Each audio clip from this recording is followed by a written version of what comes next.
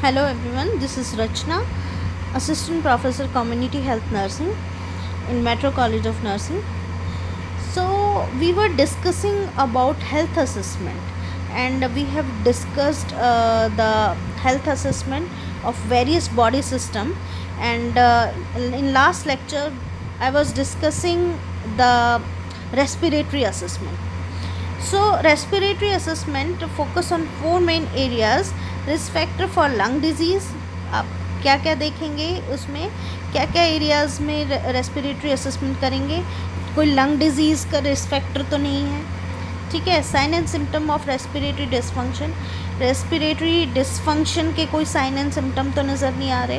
Then impact of respiratory status on activity of daily living. आपका जो respiratory status है right now, उसका आपकी जो डेली लिविंग की एक्टिविटीज़ हैं उन पे क्या इम्पैक्ट पड़ रहा है, क्या इफ़ेक्ट पड़ रहा है। Then adaptive measures for any respiratory dysfunction. अगर आपको कोई रेस्पिरेटरी डिसफंक्शन है तो उसके लिए आपने क्या जो है अच्छी चीज़ें अडेप्ट की हैं उसे ठीक करने के लिए, आपने क्या लाइफस्टाइल मॉडिफिकेशन किया है। Then what we do in respiratory assessment, हमने करना क्या है उसमें। सबसे पहले हमने इंस्पेक्शन करनी है। Inspection related to respiratory examination focuses on क्या क्या चीज़ों की इंस्पेक्शन करोगे आप। एक तो थॉरेक्स को देखोगे आप, ठीक है। उसके बाद ब्रीदिंग पैटर्न को देखोगे आप। फिर अगर कोई ऐसा सांस आपकी खिंच के तो नहीं आ रही, डिफ़िकल्टी इन ब्रीदिंग या लेबर्ड ब्रीदिंग के साइन तो नहीं है कहीं, ठीक है। उसके बाद है observation of the skin and nails. आप जो पेशेंट की स्किन और नेल्स हैं वो चेक करेंगे। क्यों करेंगे हम स्किन और नेल्स चेक? क्योंकि हम स्किन और नेल्स के कलर से हम ये पता लगा सकते हैं कि ऑक्सीजन सप्लाई वहाँ तक प्रॉपरली हो रही है या नहीं हो रही है, ठीक है। उसके बाद है palpation. It is used to evaluate painful or abnormal areas on the chest wall, to test for symmetry of chest expansion and to detect tracheal deviation, not tenderness, masses or bulges or crackling feelings that indicate air leakage into the subcutaneous tissue. Palpation हम करेंगे कि कोई जो हमारी जो chest area, chest wall है जो हमारी, वहाँ पे कोई पेन तो नहीं है या कोई एबनॉर्मल एरिया, ठीक है। सिमेट्री चेक करने के लिए जब आप सांस लेते हैं आपकी जो लंग्स एक्सपेंड होते हैं उससे आपकी जो चेस्ट एरिया है वो भी एक्सपेंड होता है, मतलब ऊपर की तरफ उठता है, ठीक है। तो आप उस सिमेट्री को चेक करेंगे कि वो सही से हो रही है कि एबनॉर्मलिटी है कोई। Then to detect tracheal deviation, trachea अपने पोजीशन से इधर उधर तो नहीं हो गया है। ट्रकिया किसके इसमें इधर उधर हो सकता है? अगर कोई मान लीजिए कोई अंदर ट्यूमर है, कोई एक्स्ट्रा मास हो रखा है वहाँ पे, ठीक है, कोई बल्जेस है, ठीक है, तो उसकी वजह से ट्रकिया की पोजीशन वहाँ से हट के दूसरी जगह हल्की फुल्की इधर उधर हो सकती है। तो आपने ट्रकियल डेविएशन चेक करनी है कि अपनी जगह पे है या डेविएट हो गया है ट्रकिया। देन टेंडरनेस तो नहीं है कोई, ठीक है। उसके बाद कोई मास हो, कोई बल्ज हो, ठीक है, यहाँ कोई गांठ हो, ठीक है, या क्रैकलिंग फीलिंग आप चेक करेंगे कि कोई मतलब जैसे टूटने की आवाज़ आती है, टूटी हुई सांस की आवाज़ जो है टूटी आती है, ठीक है, जैसे एयर लीकेज हो जाती है ना कहीं से, उस तरह की आवाज़ आती है। तो ऐसी कोई आवाज़ तो नहीं है। उसके बाद आपने देखना है परकशन चेक करना है आपने रेस्पिरेटरी असेसमेंट के लिए। Percussion of the lung normally reveals a hollow loud low pitched resonant sound because the lung is air filled, ठीक है। आपको जैसे एक जब आपने गुब्बारे से जो है गैस या हवा, जब आप गुब्बारे से हवा निकलती है, ठीक है, भरे हुए गुब्बारे से हवा निकलती है, उस टाइम पे साउंड सुनी है कभी? तो उस तरीके की साउंड आएगी किसी भी होलो मतलब जैसे कोई एक ऑर्गन है वो अंदर से खोखला है, ठीक है, होलो मीन्स खोखला, अंदर सिर्फ हवा भरी हुई है, loud low pitched resonant sound जो है आपको सुनाई देगी उसमें। उसके बाद है अस्कल्टेशन। अस्कल्टेशन यानी कि आप स्टेथोस्कोप का यूज़ करके जो है सुनेंगे, ब्रेथ साउंड सुनेंगे, ठीक है। तो आप एंटीरियर और पोस्टीरियर चेस्ट वॉल जो है उस पर स्टेथोस्कोप रख के, आपने देखा होगा आपकी जो है सामने चेस्ट पे जो है स्टेथोस्कोप रख के डॉक्टर सुनते हैं, और बैक साइड पे जहाँ लंग्स के जस्ट पीछे बैक पे वहाँ पे भी रख के आप जो है सुन सकते हैं ब्रेथ साउंड्स या हार्ट साउंड्स। उसके बाद है असेसमेंट फॉर ब्रेस्ट।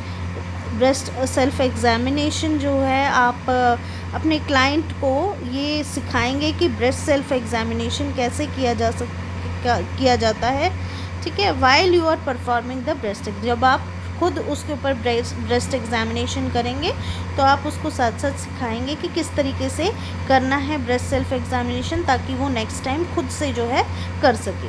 उसके बाद है normal breast appear round and essentially symmetric, although one breast is open slightly larger than the other.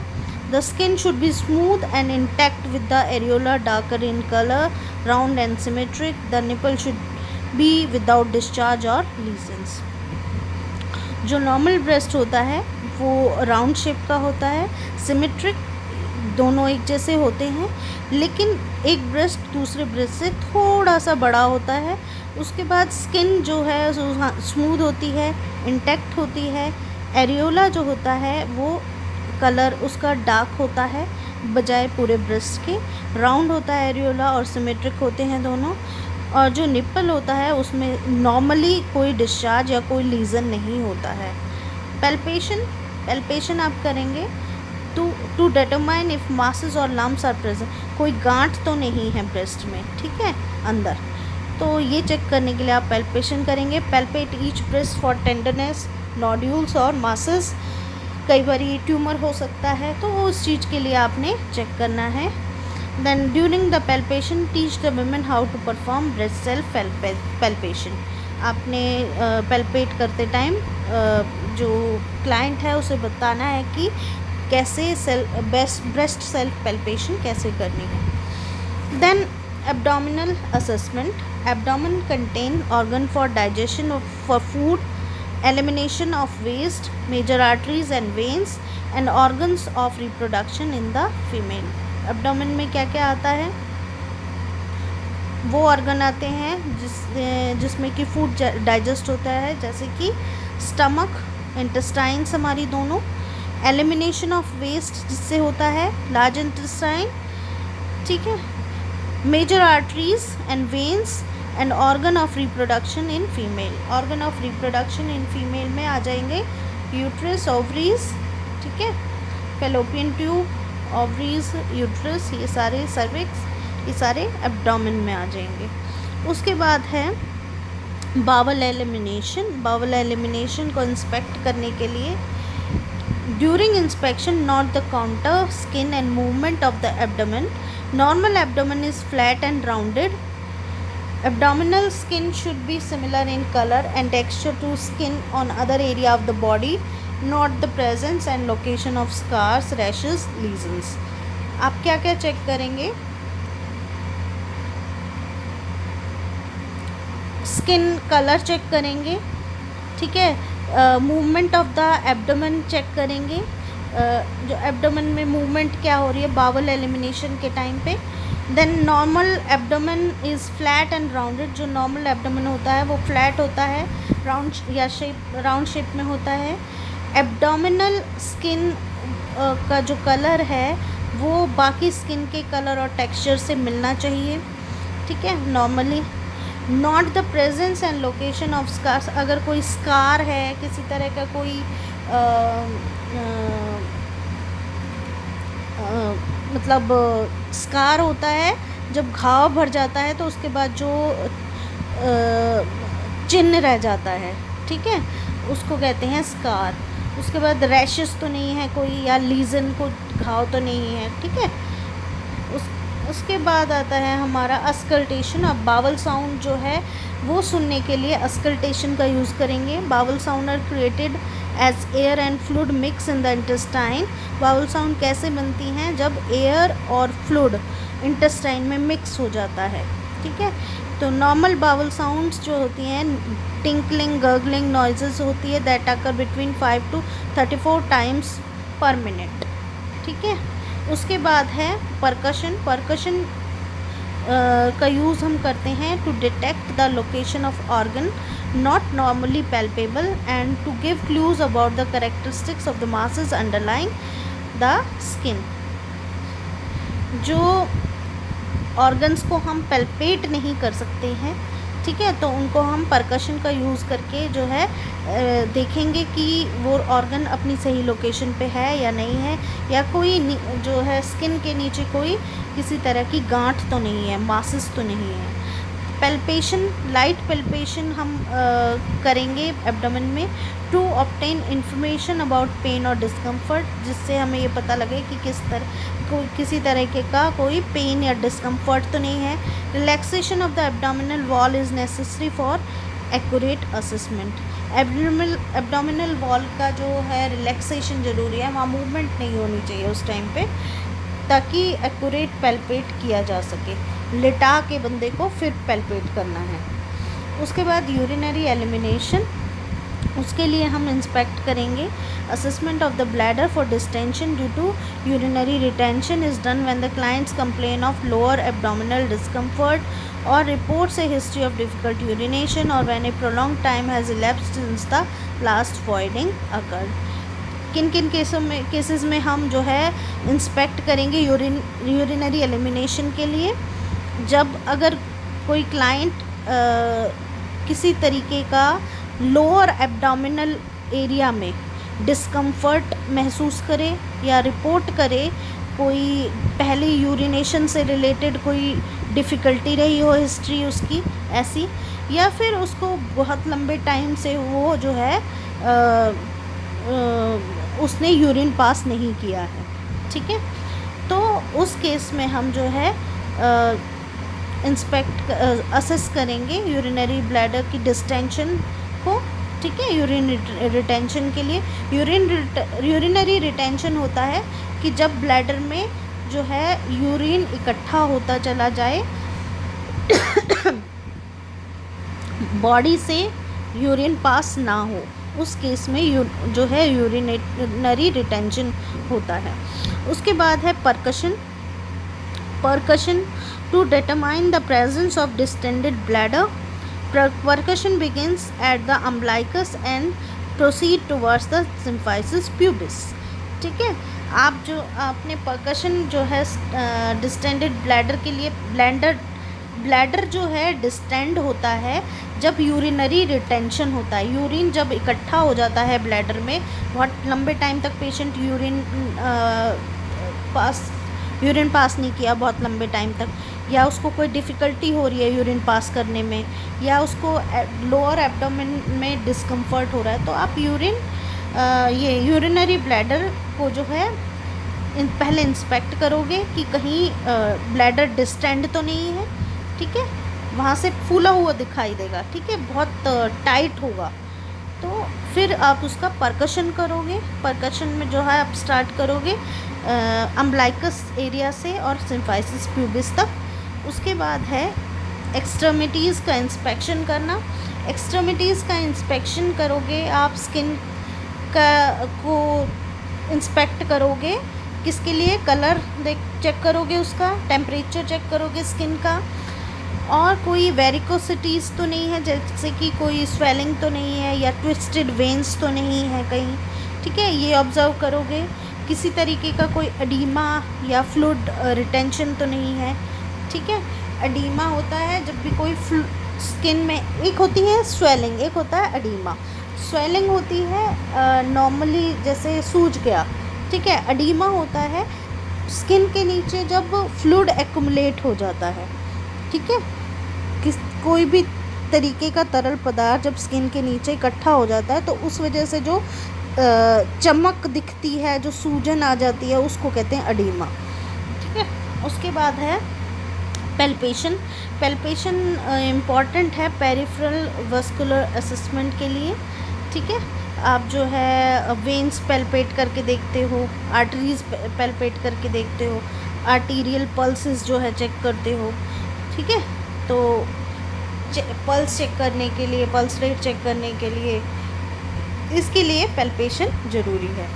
उसके बाद कैपिलरी रिफ़िल चेक करने के लिए, कैपिलरी रिफ़िल आप चेक करते हो जैसे आप नाखून दबा के देखते हो, ठीक है ना, अपने हाथ से पेशेंट का नाखून दबा के देखते हो, उसमें नेल बेड को जब आप दबाओगे तो नॉर्मली जो है वो उसको वापस एकदम से वाइट हो जाता है वो, उसके बाद जैसे ही छोड़ते हो वो विदिन 3 सेकेंड्स जो है वापस अपने नॉर्मल कलर में, रेड या पिंकिश कलर में जो है आ जाता है। तो वहाँ सर्कुलेशन अच्छा है, ठीक है, वहाँ तक जो है ब्लड सर्कुलेशन अच्छे से हो रहा है। अगर नहीं आता है तो ब्लड सर्कुलेशन अच्छे से नहीं हो रहा है, मे बी अनीमिया भी हो सकता है और दूसरे रीजंस भी हो सकते हैं। फिर आता है अडीमा। अडीमा चेक करने के लिए जो है एक्सट्रीमिटीज़ में एडिमा होता है fluid accumulation in the tissues and evaluated through palpation, assess edema in dependent areas such as hands, feet, ankles and lower leg। जो किडनी वाले पेशेंट्स होते हैं, रीनल डिजीज़ वाले पेशेंट होते हैं, उनमें ज़्यादातर आपको देखने को मिलेगा कि उनके जो पैर हैं, ठीक है, पैर जो लोअर लेग हैं या एंकल्स हैं, ठीक है, फीट हैं, उनके वहाँ पे एडिमा होता है। एडिमा में जो है फ्लूइड एक्युमुलेट हो जाता है वहाँ पे उनका, ठीक है।